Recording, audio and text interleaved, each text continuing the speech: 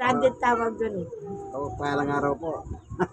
Mukhang sinisermonan ako. Akala ko kanina di titigil eh. Kaya dito muna tayo, baka mabiglan ng... Sige, dito tayo sa tahanan ni Tatay August. Ayan na. Ayan. Tapos dito sa kabilang side, si Brother Marlon. Oh.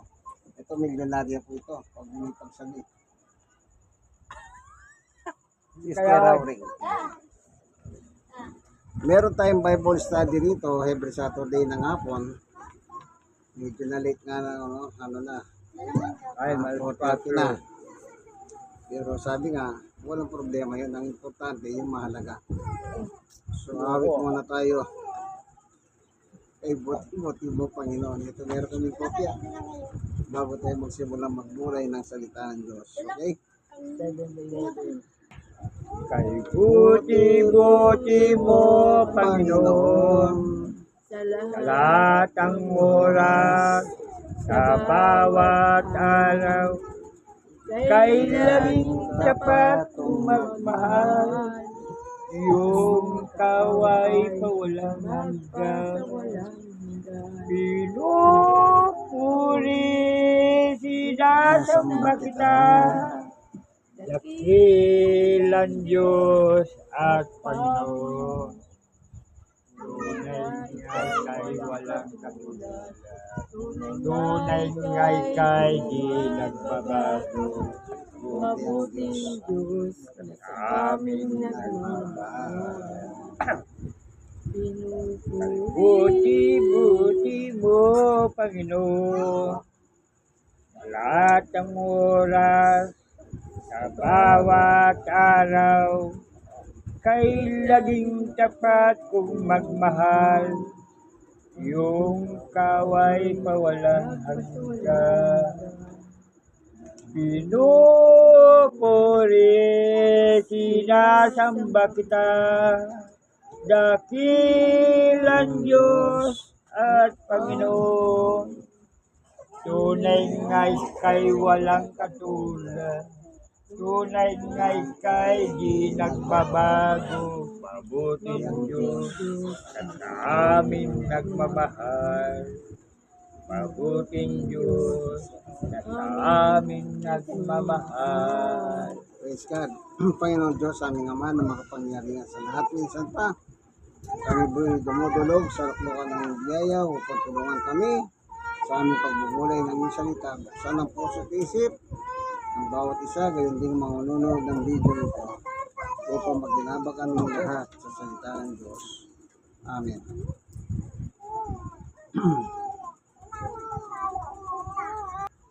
Tatay August, basahin mo yung conversion ni Pablo. Alam niyo po, maganda ito. Paano po mula sa isang reliyon tungo sa isang reliyon. Kasi yung mga tao po, lagi nila sinasabi, ay may reliyon na ako. Oh, Pero si Pablo, may reliyon siya. Pero nung nalaman niyo yung tama, lumipat siya. Wow, yan. Tignan natin yung reliyon ni Pablo muna. Filipos chapter 3, simulan natin sa 5, 6, 7, 8,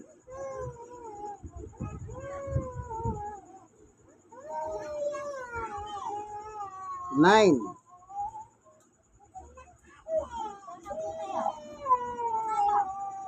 10. Yan. Hanggang 11 na. Yan. Sa Filipos chapter 3 verse 5 hanggang 11. Tingnan muna natin yung reliyon ni Pablo. Then pupunta tayo sa isang talata. Paano siya nalipat sa ibang reliyon? O reliyon nga ito. Okay? Tayo, boss. Pag nakita mo, sabihin mo lang. Yan ang pananampalataya ni Pablo bago siya naging Kristiyano. Oh, sige. ako'y tinuli sa 8 araw mula nang ako'y kinilang. Ako isang tunay na Israelita buhat sa angkan ni Benjamin at totoong Hebro. Kung pagsunod naman sa kautusan ang pag-uusapan, ako isang paraiso. Kung sa magiging masugid ko sa kautusan, nuusig, inuusig ko ang iglesia. Kung sa magiging matuwid naman ayon sa kautusan, walang may susumbat sa akin. Ngunit dahil sa kay Kristo, ang mga bagay na pinapahalagang ko noon ay tinuturing kong walang kabuluhan. Ngayon, tinuturing ko walang kabuluhan sa lahat ng bagay bilang kapalit na lalong mahalaga.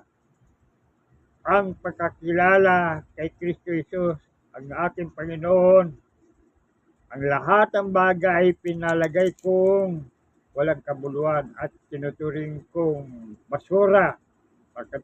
Makantang ko lamang si Kristo ay lubos na makipag-isa sa Kanya.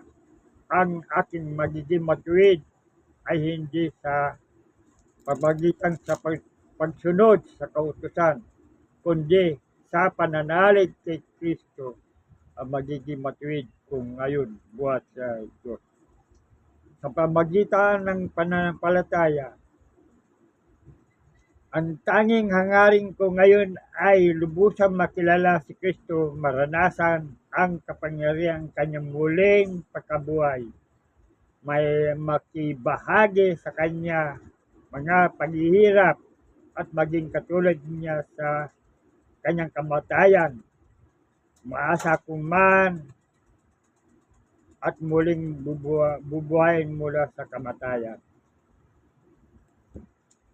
Tapos na ba, Tatay August? Opo. Amen. Yan ang reliyon ni Pablo. Pariseo.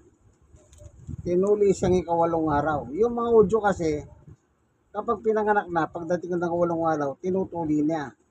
Ngayon si Jesus to, tinuli ng 8 araw kasi Udyo si Jesus. Ngayon, hindi naman natin yung natuli ang pinag-uusapan. Sa susunod natin pag-aralan si Jesus, 8 araw, tinuli rin. Yan ang tradisyon ng mga Udyo. Pagdating sa reliyon, anong sabi ni Pablo? Masugid siya sa pagsunod sa reliyon. Kung reliyon at reliyon lang masugid siyang sumunod. Kung baga sa panahon natin, walang mapipinta sa kanya kung pagsunod sa reliyon. Anong reliyon niya? Pariseo. Pero nung gamitin siya ng Diyos, iniwan niya pagiging pariseo niya. Sinunod si Jesus. Kaya ang paglipat sa reliyon, kasi nagiging problema yan Pag pinangaralan mo, kaya ganyan para lumipat ka ng reliyon. Ganun lang madalas na sinasabi ng tao. Hindi ko mo pinangaralan kay lilipat ka ng reliyon. Hindi. Lilipat ka lang ng pananampalataya, kaibigan. Yung paniwala mo sa reliyon mo,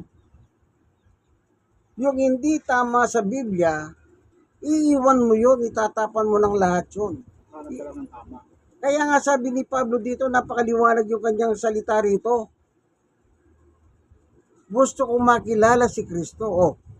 Isipin nyo, iba ang kanyang mga pananalita ng binitawan dito. Di ba? Pero kaya wag po kayong mag-alala na yung lilipat ka ng reliyon. Hindi ko kayo dadali sa reliyon. Minsan ang reliyon, nagiging sagabal pa yan. May mga religyoso sa Biblia pero hindi sila papasok ng langit. Hindi kayo maniwala? Nasa Biblia. Sabi ni Jesus, hindi nga sila papasok sa langit Pero gumagawa pa sila ng himala? Gumagawa din sila ng himala. Baka akala nyo kung meron kang reliyon, akala nyo sigurado kayo? Walang pinag-uusapang reliyon dito. Kasi wala naman talagang reliyon na binanggit. Oh. Ang mga tao na lang ay kailangan ganito ka. Ay kailangan kasama ka namin. Alam nyo kung minsan yung mga ganyan, ang tawag ko dyan, illegal recruiter. Nagre-recruit sila. Mixer na NBI. Alam nyo ba yan? Mixer. Lagayan. Totoo yan. Eh di ba kasabihan? Gusto mong yumaman? Magtayo ka ng praise the Lord. Totoo yan. O sige, tignan nyo Mateo 7. Tignan nyo. Ito mga religyoso ito Nangangaral pa sila. Pero dumating ang panahon, anong sabi ni Jesus? Di ko kayo kilala eh. Napakasakit, Kuya Eddie. Ginawa mo ang lahat para kay Jesus. Pagkatapos sasabihin niya, di ka nga kita kilala eh. Tatayo ko sandali Tatlong talata lang, babasahin ni Sister Auring yan. Mateo 7, 21, 22, 23. Nakita mo na ba, Sister Auring? Okay. 23. 21, Ah, 22, 23. Sige, basahin mo nga. hindi kayo kilala. Hindi lahat ng tumawag sa akin, Panginoon. Panginoon ay papasok sa kaharian ng langit, kundi ang taong sumusunod sa kalooban ng aking Ama na nasa langit. Sa araw ng paghukom, marami ang nagsasabi sa akin, Panginoon, hindi po ba sa inyong pangalan ay nangangaral kami? Nagpalayas ng mga demonyo at gumagawa ng mga himala.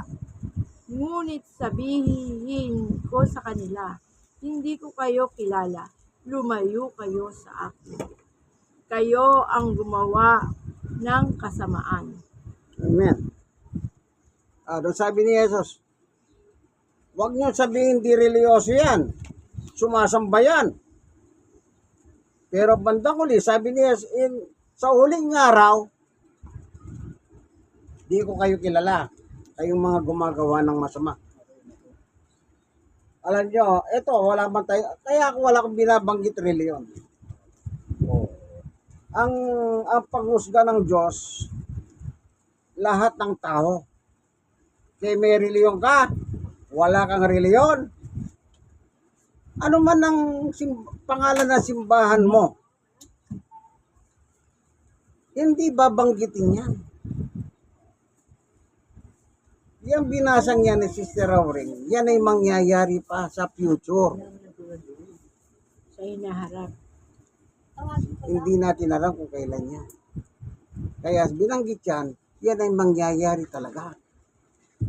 Ngayon anong sabi niya? Hindi ko kayo kilala. Sino yung mga taong ito na hindi niya kilala? Samantalang nagpapalaya sila ng demonyo, nangangara sila, naghihimala sila sa pangalan ni Jesus. Talaga naman ang pangalan ni Jesus, talagang may taglay na kapangyarihan niya. Amen. Hindi na pwedeng pasubalihan niya ng sino mang mga taong religyoso. Pag ginamit mo ang pangalan ni Jesus, talagang may kapangyarihan yan. Bakit? Lahat ng kapangyarihan sa langit at sa lupa, binigay na ng Diyos kay Jesus Kaya lahat ng kapangyarihan, pag ginamit mo ang pangalan ni Jesus, talagang makapangyarihan talaga. Pero ang problema, ang sabi ni Jesus dyan, hindi ko mo tumatawag kayo sa akin ng Panginoon. Kita nyo, natawag pa nila kay Jesus, Panginoon, hindi pa respeto yan. Respeto yan. Pero nung sabi ni Jesus, hindi ko kayo kilala. Gumagawa kayo ng masama. Nangangaral, gumagawa sila ng masama. Yan ang sinasabi ko po sa inyo. Kunwari nangangaral, pero ang pinangangaral nila, kunwari nagbabasa ng Biblia, kunwari dala-dala yung pangalan ni Jesus, pero pinangangaral nila, yun doktrina nila. Alam niyo po, bawat reliyon may kanya-kanyang doktrina. Ako hindi ako nagdadala ng doktrina. Ang dinadala ko, yung aral ni Jesus sa Biblia. Kasi mahirap eh. Tignan nyo. May mga kanya, kaya pagka pinag-usapan doktrina, hindi na kayo matatapos. O, totoo yan. Tutubuhan na kayo baka mamatay na kayo. Hindi kayo matatapos. Kasi hindi ka pa, ang doktrina namin ang tama. Kaya isa magsasabi mo, ay, ang doktrina namin mali. Walang magsasabing mali ang doktrina nila. Lahat tama. O baka naman may tama sila. Kaya kita nyo sa nasabi ni Jesus, mga sinumpa, umalis kayo sa harapan ko. Hindi ko kayo kilala. Tingnan nyo po yung Mateo 25. O, Tatay August, isang verse lang ito. Anong sabi ng ating Panginoong Yesus sa kanila? Verse 7. Mateo 25:41. Tignan nyo po ang sasabihin ng Panginoong Yesus sa kanila. Pagdating ng huling araw, sa panahon ng paghuhukom. 25:41 ng Mateo, Tatay August. Tignan niyo po kung ano sinabi ng ating Panginoong Yesus sa mga yan. Sa mga Mateo 25:41. Yan lang po naman ang isang talatang yan. Babasahin na po. 25:41. At sasabihin sa kanila ng hari, tandaan nyo ng pagkaitan nyo ng tulong ang isa sa pinakahamak sa mga ito. Ako yung pinakaitan. Lang. 45 lang po. 41 tayo, boss. 25:41.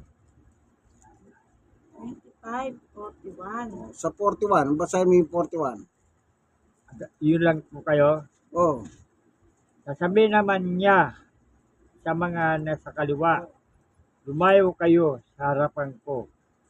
Kayo mga sinumpa, yung kayo sa apoy na di mamamatay na inanda para sa Diablo at sa kanyang mga kampon. yan lang. Anong sabi ni Jesus? Doon kayo. Meron sila palang lugar. Saan daw?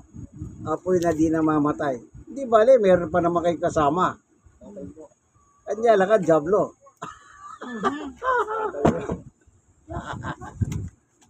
Alam nyo, meron din pala sinasamahan ng Diablo. Hanggang impyerno, sasamahan ka niya. Di ba? Sino may sabi niya? Si Jesus din po nagsasabi diyan bilang hari. Lumayo kayo sa harapan. Si Jesus din yan. Ano yan? Paghuhukom na. Kaya sa inarap, merong mga tao talagang mapupunta doon. Mga reliyoso pa. At yung mga reliyoso na yon, yung mga tinuruan nila, kasama nila. Bakit? Tinuro nila yung kanilang doktrina eh. Sa isang pagkakataon, alam niyo po, mayroong nangyari nung araw. Isang mananampalataya rin ang nangyari. Ano ba nangyari sa kanya, no? Lumipat siya ng reliyon. Tapos sasabi ng kanyang ministro, mag-report ka muna. Magpahalam ka. Sabi nung yung lumilipat ng reliyon, di na ako magpapahalam, lumipat na nga ako, magpapahalam pa ako. Kita nyo? Kasi, kaya nga sabi ko nga po, ang reliyon parang recruiter. Anong ibig ko sabihin para recruiter? Nakikita niyo yan? Pera. Because of money. Marami pong ganyan ngayon. And dahil po sa pera, yung sinasabi ko sa inyo, iniwanan ng kanyang reliyon, tapos sasabi ng ministro sa kanya, hindi ka na dumadalo. Tapos sabi niya, hindi, aalis na ako, lilipat na ako. Sabi ng ministro, pumasok ka, tinuro yung templo nila, malapit yung templo nila, yung simbahan. Magpaalam ka. Sabi naman nitong kausap, hindi na ako magpapahalam. Umalis na nga ako, magpapahalam pa ako. Kita nyo? Kahit umalis, pinipigilan pa eh. Eh bakit? Namulat ang kaisipan sa katotohanan eh. Yan nga po sinasabi ko. Huwag nyo pong ipilit ang doktrina ninyo. Ang iaral ninyo, Biblia. Ako, kahit anong reliyon. Kagaya na lang nung araw, sabi ko, kung makakita kayo ng simbahan na malapit sa inyo, sabihin nyo lang para hindi na ako magpunta.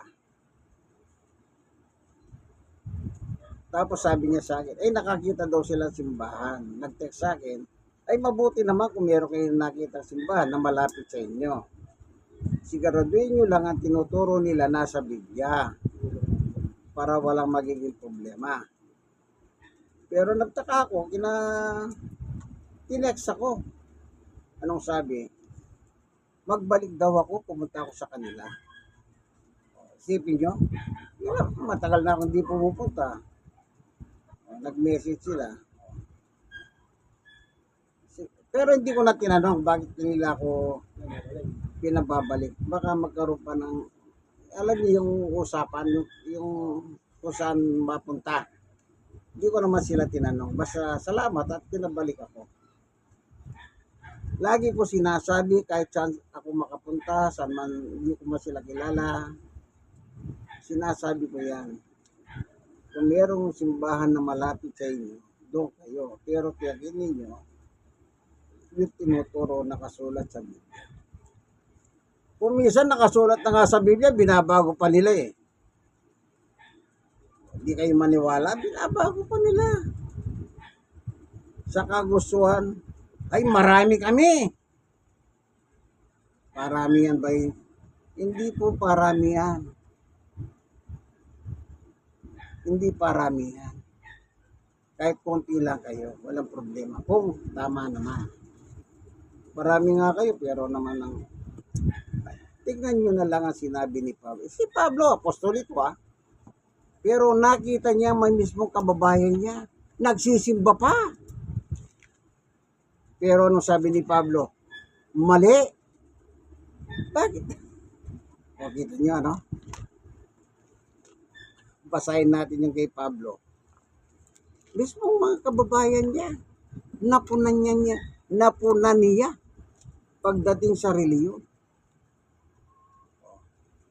Kasi po, nung ma-convert na si Pablo sa Christianity, nung binitawan na niya yung paging Pariseo, sumunod na sa kay Jesus, naging Kristiyano na, doon niya ngayon sinisiwalat ang mga nasaksiyan niya. Sa Roma, chapter, meron binanggit si Pablo rito ay ito. Roma chapter 10, 1, 2, 3, 4. Yan, hanggang 4. Tingnan nyo po yung sinabi ni Apostol Pablo. Dito sa kanyang mga mismong kalay, mga kababayan niya, mga Hudyo. Siya mismo nagtetestify.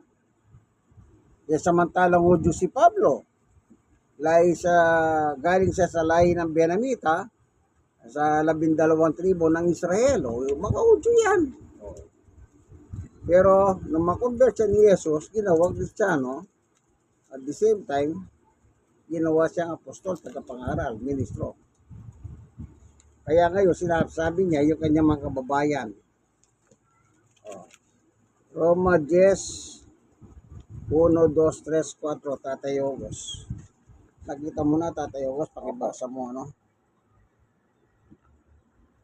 Basahin. Opo, sige, basahin mo po.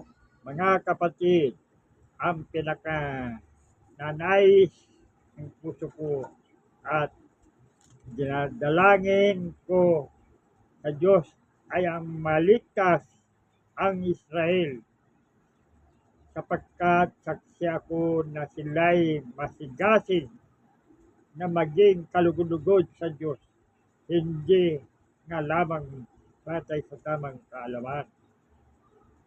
Dahil hindi nila kinikilala ang pamaraan ng Diyos upang gawin matuwid ng tao, at nagsikap silang gumawa ng sarili nilang pamaraan. Hindi sila napasakop sa pamaraan tinagdaan ng Diyos. Sapagkat si Kristo kaganapan ng kautusan upang ituring na matuwid ang Diyos at sino man sumampalataya sa Kanya. Amen. Anong sabi ni Pablo? Nagsikap sila na magtayo ng sarili nila. Sa verse 3. O si Sister Aurelia, basahin mo yung verse nila. Yung verse nila. 10:3. Sige nga, tingnan natin. Dahil hindi nila kinilala ang pamamaraan ng Diyos upang gawing matuwid ang tao. Nagsikap silang gumawa ng sarili nilang pamamaraan.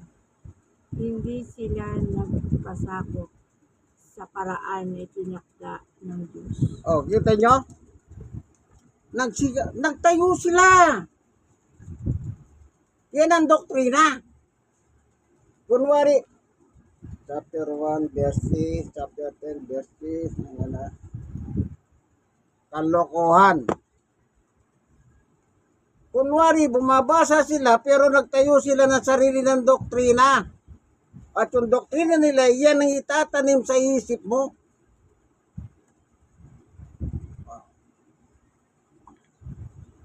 Alam nyo kayo mga nasa reliyon, hindi ko kayo, wala akong personal na galit sa inyo. Nag-aaral lang tayo. Ito bang binanggit na Pablo, hindi ba religyoso? Nagsisimba pa mga yan. Pero ano sabi ni Pablo? Nagtayo sila ng kanilang sarili. Huwag niyo pong iangat ang reliyon ninyo. Ang iangat niyo po si Jesus. Bakit? Tayo ba ang tagapagligtas? Ang reliyon niyo ba ang tagapagligtas? Ang tagapagligtas si Jesus. Kaya nga sabi ni SK Pablo, na kanyang i-convert si Pablo, magbulan. Sige na nga, ako na lang, huli na lang. Total, isang istasa lang yun. Wala ka. Mula ng sinilang. Nadilito tuloy ako. Okay. Ito, sabi niya sabi niya kay Pablo, na makonvert niya si Pablo mula sa pagiging Hudyo, Pariseo. Ngayon, na-convert na siya. Ano sabi niya kay Pablo? Ito lang. Sa 26 ng Gawa, sa 18. Ito. Babasahin ko po sa inyo. Para lang makita ninyo ang biblical evidence. Hindi tayo nagtuturo ng religion. Ano po? O yan. Papabasa natin kay Sister Rowling na lang kayo. Sister Rowling, Gawa 26. Simulan mo sa 16 hanggang 18 lang. Tignan nyo sinabi ni Jesus kay Pablo. Walang reliyon yan, ha?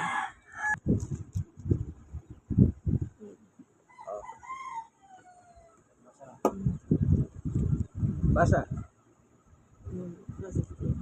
Tumayo ka, nagpakita sa iyo upang italaga ka bilang isang lingkod at magpatotoo tungkol sa nakikita mo ngayon at sa mga ipinakita ko pa sa iyo. Ililigtas kita mula sa mga kababayan mong Hudyo at gayon din sa mga hentel kung saan kita isinugo. Imumulat mo ang kanilang mga mata. Ibabalik sila sa kaliwanagan mula sa kadiliman. Ililigtas sila ng kapangyarihan ni Satanas at ibabalik sa Diyos. At sa pamamagitan ng pananampalataya nila sa akin, sila'y papatawarin sa kanilang mga kasalanan at bibigyan ng lugar kasama ang mga taong ginawa ng banal na Diyos. Amen. Kita nyo? Sino ang ipangangaral ni Pablo? Si Jesus. Sino may utos? Si Jesus. Oh. Pinangaral ba ni Pablo yung reliyon niya Pariseo? Hindi. Ang pinapatuon niya si Jesus kasi yun ang utos. Kaya tayo rin, kami rin, ako rin, wala akong ginagawa kundi patuturin si Jesus. Hindi, wala akong ipapatutuhong iba. Hindi ako magpapatutuho ng reliyon. Bakit? Baka magkamali po tayo, kaibigan. Sige, awit na po tayo. Diyos ay pag-ibig.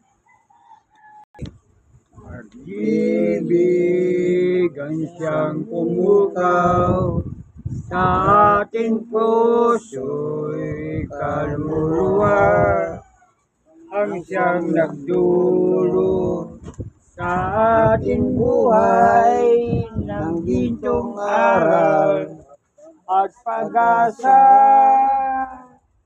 Pag-ibig ang siyang buklo natin, di mapapawi kailan pa man sa puso diwa.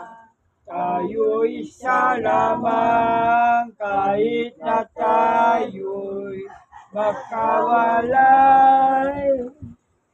Pagkat ang Diyos natin, Diyos ng pag-ibig, pagmahalan tayo'y magtulungan.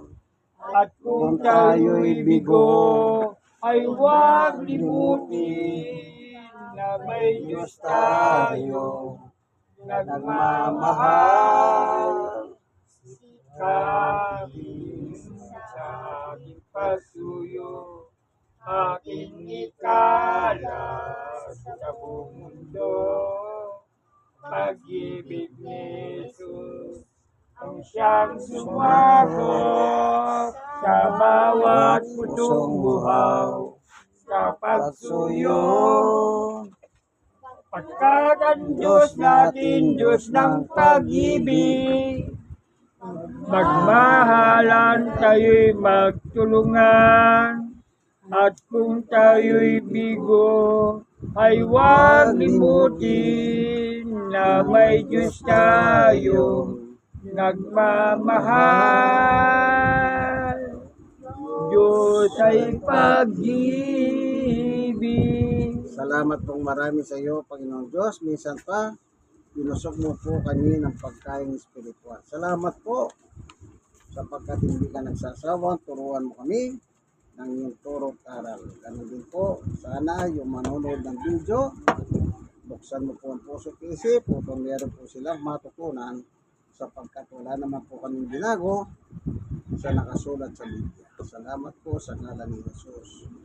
Amen and amen. God is good. All the time. All the time. Amen. Amen.